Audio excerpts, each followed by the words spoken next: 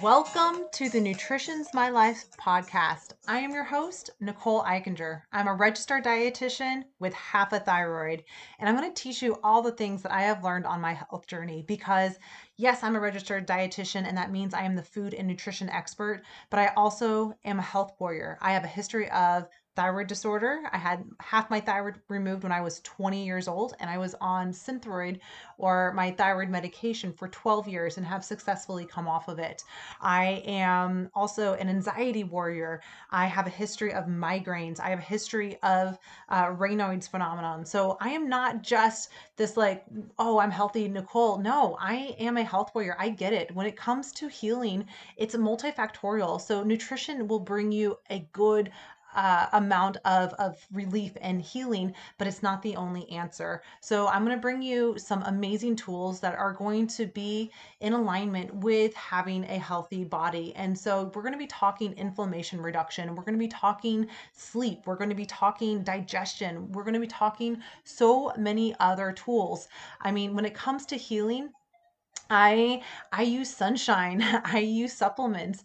I use so many tools that we're going to be talking about. So you're going to have guests here on this Nutrition's My Life podcast that are going to bring such amazing insights into your day so that way you can start to learn how to heal and what your body is really needing.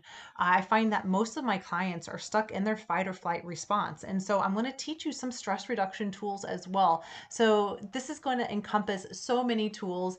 And like I said, it's going to focus in on thyroid, digestion, anxiety reduction, and inflammation. But there's going to be some other tools in there along its way. So strap in. Let's get a pen and paper out. Let's get excited because we are starting.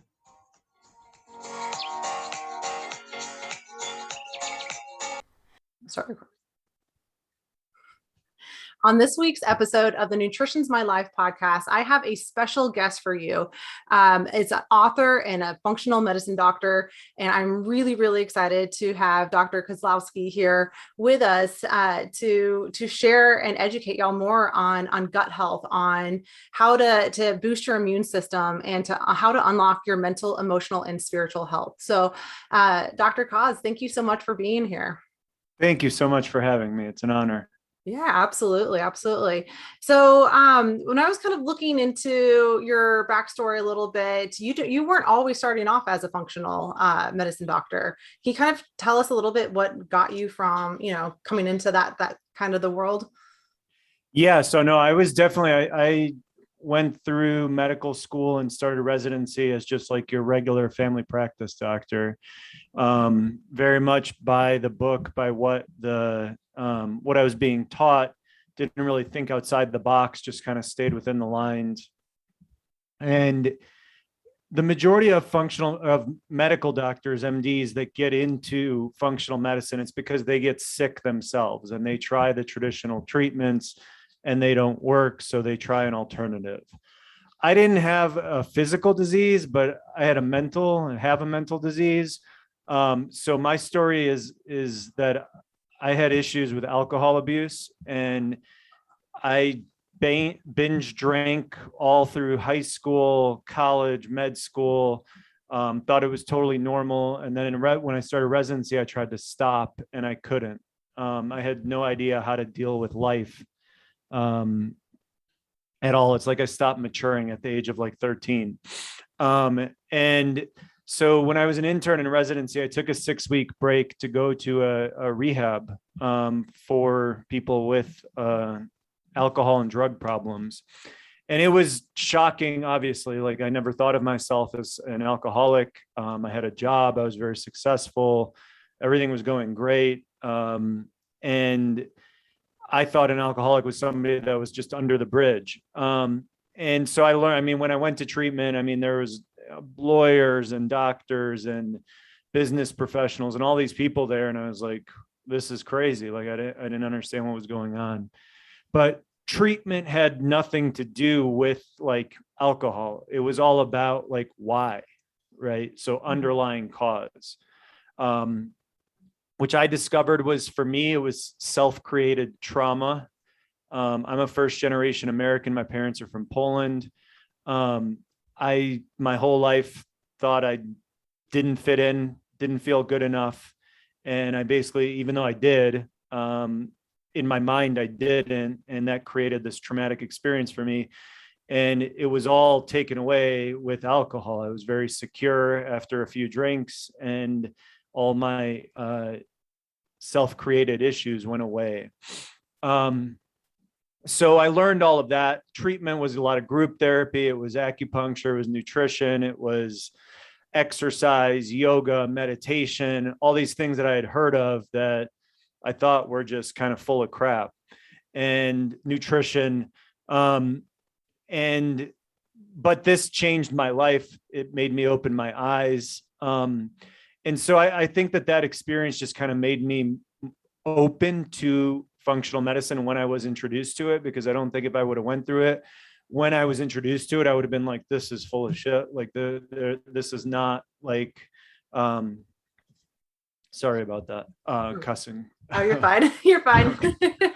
I wouldn't have believed in it. Right. And so when I got out of treatment, I went back to residency, and we're taught by different attendings, different doctors with different styles when you're a resident. And we had one doctor that started everybody on a multivitamin and vitamin D. Every time they were admitted to the hospital, he put them on those two things. We thought it was a joke. We would make fun of him. We would complain about why we're writing orders for these things when we could be writing orders for opiates or blood pressure pills or antidepressants. But I talked to him one day after treatment, and I was just like, what's your deal? Why are you different? And he's like, I'm studying something called functional medicine. And he took me to the website, and he's like, it's all about underlying cause. And since I just had my own experience of underlying cause, it made a lot of sense.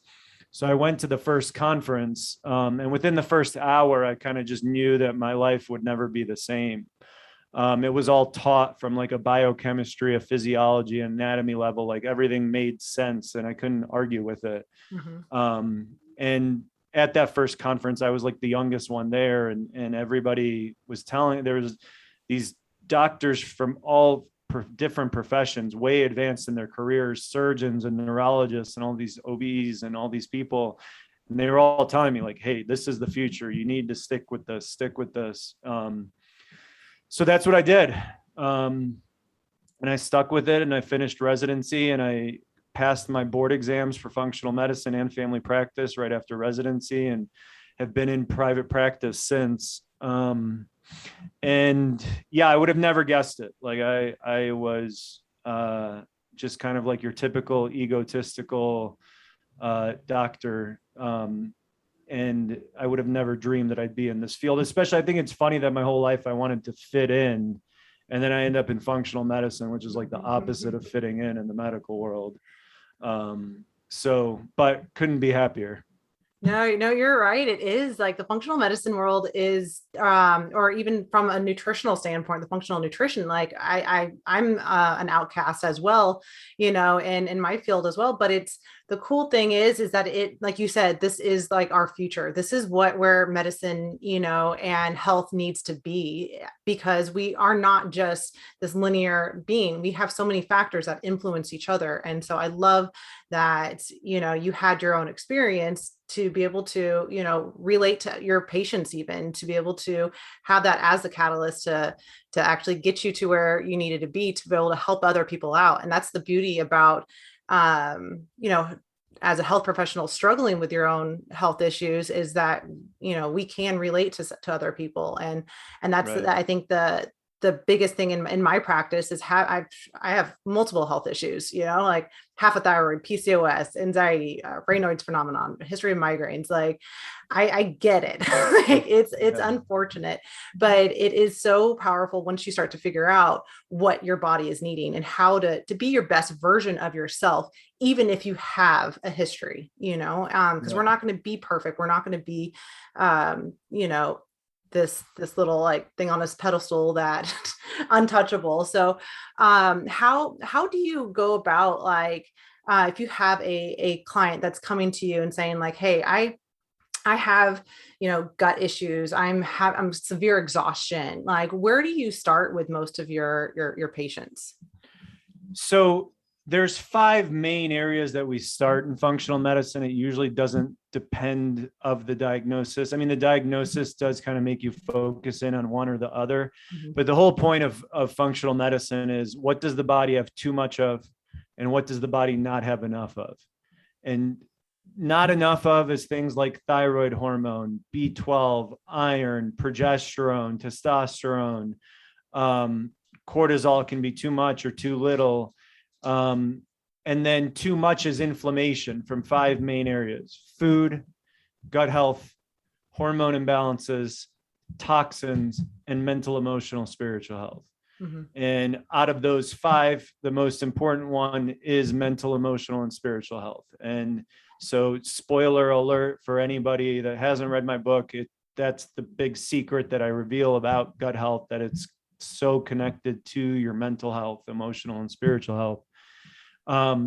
So at the initial visit with any patient, I've recommended every patient I've ever met to find a therapist and work with a therapist while they're working with me. Mental health is like the hardest thing for me to help someone with. It's not what I'm trained in. I have my own very long history with it. I get it. I get how difficult it is. So I can share my experience and the things that I've done that work for me. So things like, I need to exercise, eating a nutritious diet, meditation, prayer, gratitude list. Sometimes I go to meetings for recovery. Therapy. So these are all things that I talk about, and I just let people know, like, hey, your gut will never get better if you have that same kind of deal. Cause they told me for a long time that I had trauma, and I was like, screw you guys. I don't have trauma. Like, I had a good life. Like, yeah, we were, poor growing up and stuff, but like my parents gave me everything they could always and did everything. But like, I created this trauma for myself. So helping people just identify that trauma,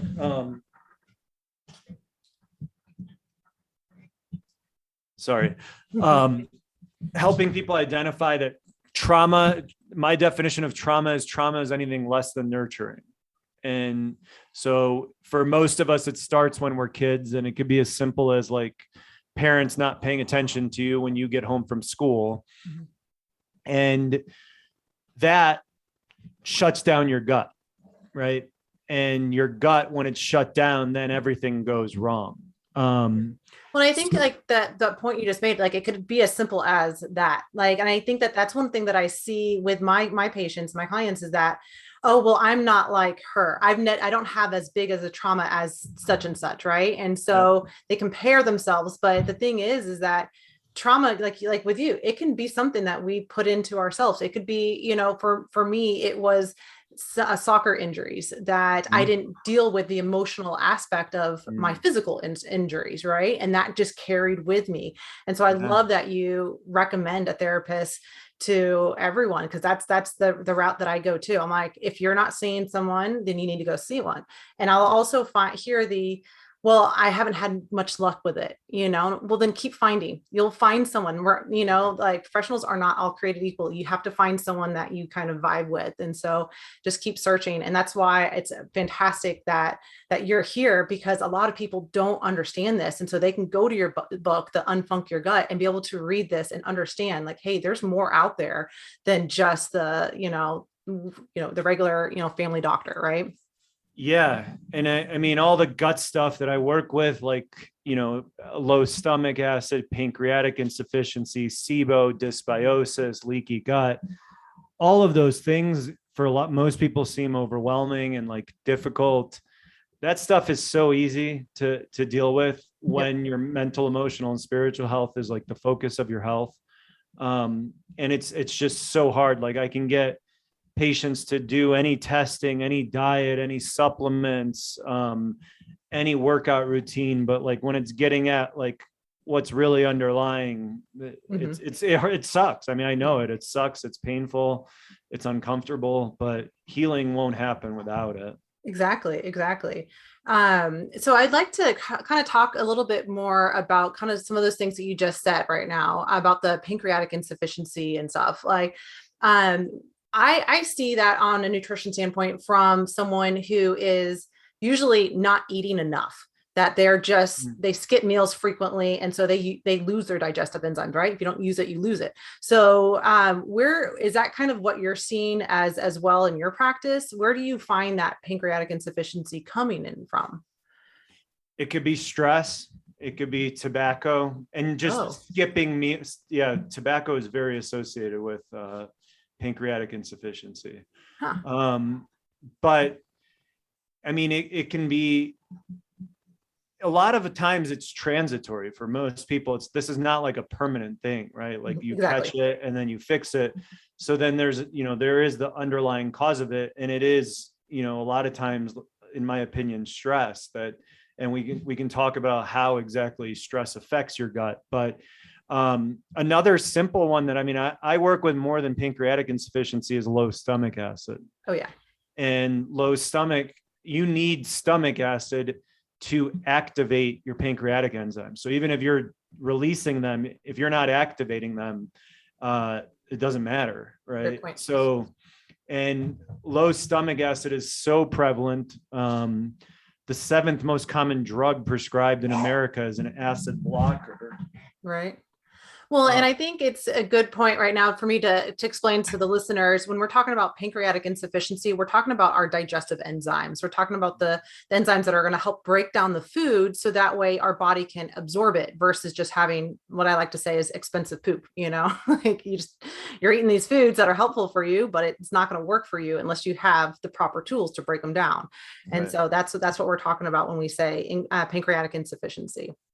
And that's something that I objectively look at through stool analysis. So through a comprehensive stool analysis, you can look at elastase levels. You can look at how many carbs, fats, muscle fibers are in your stool. So you get an idea of how well the pancreas is actually working. Exactly. Yeah. And when it comes to the most prescribed, right, the 7th most prescribed medicine out there, those PPIs, and those are the proton pump inhibitors. Those are the drugs that are going to suppress our ability to actually, start the digestive process, right? Because you need stomach acid to digest your food. Right. So why do you feel like that's something so highly prescribed out there? Like why is it so why are doctors just tossing that at people left and right? Well, for one reason, I think it's that in some people, they do help. I mean, people that make it to my office, they've never had benefit from it. There are some conditions which can create too much stomach acid. But the biggest issue is that the symptoms of low stomach acid look exactly like the symptoms of too much stomach acid. And the difference is that the pharmaceutical industry has multiple drugs that they've patented that can block your stomach acid, but they don't have anything that supports your stomach acid. Yeah. And that's been my experience so many times. Patients ask me, they're like, why didn't you talk to me about, why didn't any of my other doctors mention like me having low progesterone or me having low stomach acid? And a lot of this is like, well, medicine is taught by the pharmaceutical industry. They have all the money for all the research. That's what we learn. And so there's not a drug for low stomach acid. It's a supplement, or it's taking something like apple cider vinegar or papaya or umabushi plums or acupuncture. Like it's natural treatment. And anytime there's a natural treatment, the regular medicine just doesn't acknowledge it. They're not taught it. Like you're not taught it through regular medical training. So it is like literally like the main tool. When one of my patients goes and sees a GI doctor, they've seen usually multiple GI doctors before me. The GI doctor basically does 3 things. It's like an endoscopy, which is sticking a camera down your mouth and into your stomach, a colonoscopy, a camera up your butt, and then you walk out with an acid blocker. Yep. And colonoscopy is amazing for catching cancer, ulcerative colitis, Crohn's, but tells you nothing about your microbiome, tells you nothing about your digestion. The endoscopy, they can see whether there's ulcers, but that's really it. And the acid blocker is just a way, like they don't have anything else in their tool belt. And I think that for a lot of people, it also goes back to undiagnosed food sensitivities. Food sensitivities, I think, can make people feel like they have reflux. So sometimes just an elimination diet can resolve reflux symptoms. But it's actually, whenever I have a patient over the years, whenever I've had a patient come in that's on an acid blocker, that is the absolute first thing that we do to get off of it. Yeah. And in my book, I list all the supplements that I use to do that. But that is always the first goal is, if somebody's on an acid blocker, that is step one, get off of it. It's going to be an elimination diet. It's going to be using aloe, melatonin, DGL, iburogas, so all these different things. But that is always step one with me, is get off of that. Yeah, absolutely. And just from what I remember in my schooling is that if we get off proton pump inhibitors, and then like a king toes, how it just starts to spray out, like you get a gush of stomach acid. So how do you prevent that? Like, do you have to wean off of it, or is it just in conjunction with the other tools that you have that just kind of helps out a little bit? Yeah, so I definitely give a regimen, but usually everybody's different. So it's basically like you start the supplements, you start an elimination diet about 2 weeks into your elimination diet, and you're now on the supplements for 2 weeks, then you can start to try to wean off of it. Right. Okay, that makes sense. And so like if you, if tomorrow's the first day, well, then I'd say tomorrow, don't take it. And if tomorrow goes okay, then try to go the next day without taking it. But if tomorrow is a disaster, then take it the next day and then try again.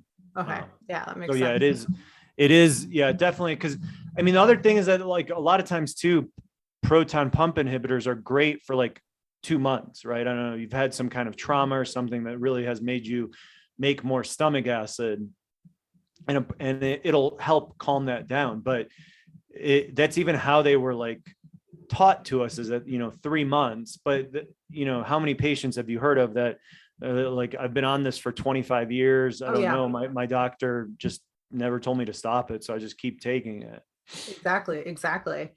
And I wanted to kind of go back down to the lower GI tract and kind of talk a little bit more about like the microbiome and the healthy gut bacteria. You'd mentioned melatonin and other tools to help out with replenishing our healthy bacteria. I'm curious as to, like, do you have certain probiotics that you recommend for certain, cases, or like, how do you go about with that? Helping someone replenish their healthy gut bacteria. So I operate from a very objective standpoint. So if somebody wants to know what's going on in their microbiome, I'm ordering stool testing, a comprehensive stool analysis, which will tell us exactly what's growing in your microbiome. Mm-hmm. I order an organic acid test as the best test to rule out Candida overgrowth. And then the most common thing that I work with is SIBO. And there's a whole chapter in my book about it, because I think there's just a lot of bad information out there about it. And it is so prevalent. SIBO, so your gut microbiome, the 3 to 5 pounds of bacteria that you have, should live on the inside of your large intestine. That's the last part of your gut, is your large intestine. And the small, so that's where your microbiome lives. And so in general, just your gut is your mouth, your esophagus, your stomach, your small intestine, your large intestine, and then your pancreas, liver, and gallbladder are kind of attached to it. So in the first part, the stomach is where we release acid. That's how we digest protein. Acid and food pass into your small intestine. Once they're in there, the pancreas releases enzymes. Those enzymes are activated if there's sufficient stomach acid, and that is where we absorb. And so 90% of absorption of your nutrients happens in your small intestine. And then basically all that's left over is fiber, and fiber and water go into your large intestine. And fiber is what your gut bacteria eat. So the 3 to 5 pounds of bacteria, they are alive. They're just like us. If they don't eat, they die. Our American diet, we don't eat any fiber, so we kill our bacteria. Mm-hmm. So that's just a general picture of the gut. But so even though I'm known for gut health, I am actually pretty anti-probiotics. I use them if I'm treating somebody with Candida or maybe a Clostridia overgrowth, or somebody that's got severe stress that they've shut down all their good bacteria. But in general, like society, like you tell someone you have gut issues and they'll tell you, well, eat more fiber and take a probiotic, which can be great unless you have SIBO. Yep. And SIBO is in the microbiome has moved into your small intestine. So this place that should be full of microvilli where digestion and absorption are happening is now covered in bacteria.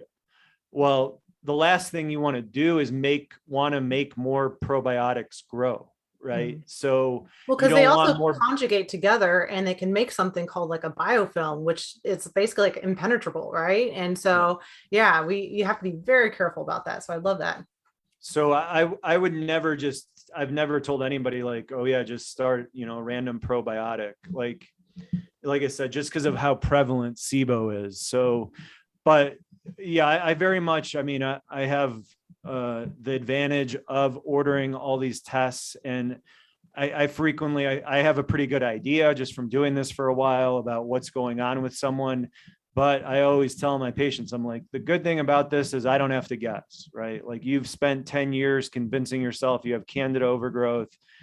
I don't think you do, but let's run an organic acid test and we'll let you, and we don't have to disagree about it. Mm-hmm. So I really, really like to use testing to see what's going on in there. And then it's also, a typical treatment plan with me is going to be like 2 to 3 months. At the end of those 3 months, we're repeating the testing because some people will heal that quickly. Some people, like kids, usually take longer. Mm-hmm. So I like the testing to see what's going on and then also to see how our treatment's working. Yeah. And I love that you put that 3 months, because it can take 6 months, 9 months, even like to completely heal for some people. So I love that, you're able to say like, hey, it's not an overnight fix. This is something that takes some time. And especially, I specialize in thyroid disorders. And so if 1 in 8 women have a thyroid disorder, right, and it's usually hypothyroidism, majority of the time, that's going to slow down the digestive tract, putting you at higher risk for SIBO. Mm-hmm. Yeah. So it's definitely, I see that with people that also have a history of disordered eating or eating disorders that have kind of, paralyzed their stomach in a sense. And just kind of same thing with people that are diabetic, right? Eating disorders and diabetic typically have very similar digestive issues. And so, or at least that's what I've seen in my 13 years of totally agree of doing this. And so, it's not just what's happening at this moment, it's what's happened in the past and what are you doing in the future. So I love it. And I love that you initially talked about the mental aspect of it and also, the functional aspect of things. So, because this is really important for people to understand that diagnosis of IBS is not, it's BS. Right.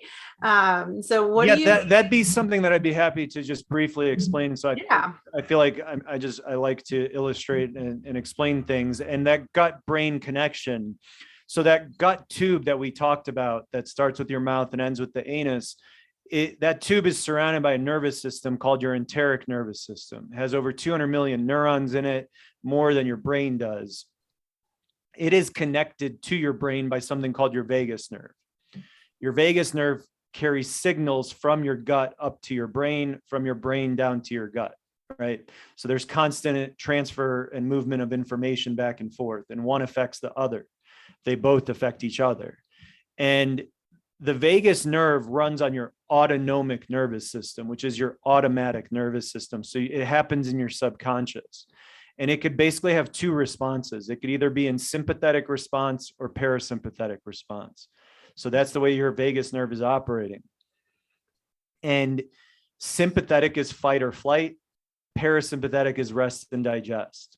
And so the analogy I really like now is I live in Montana. If I'm out hiking in the mountains, I see a grizzly bear or a moose or a goat, my sympathetic nervous system is activated. I need to escape. The blood goes to my brain, my muscles, so I can survive.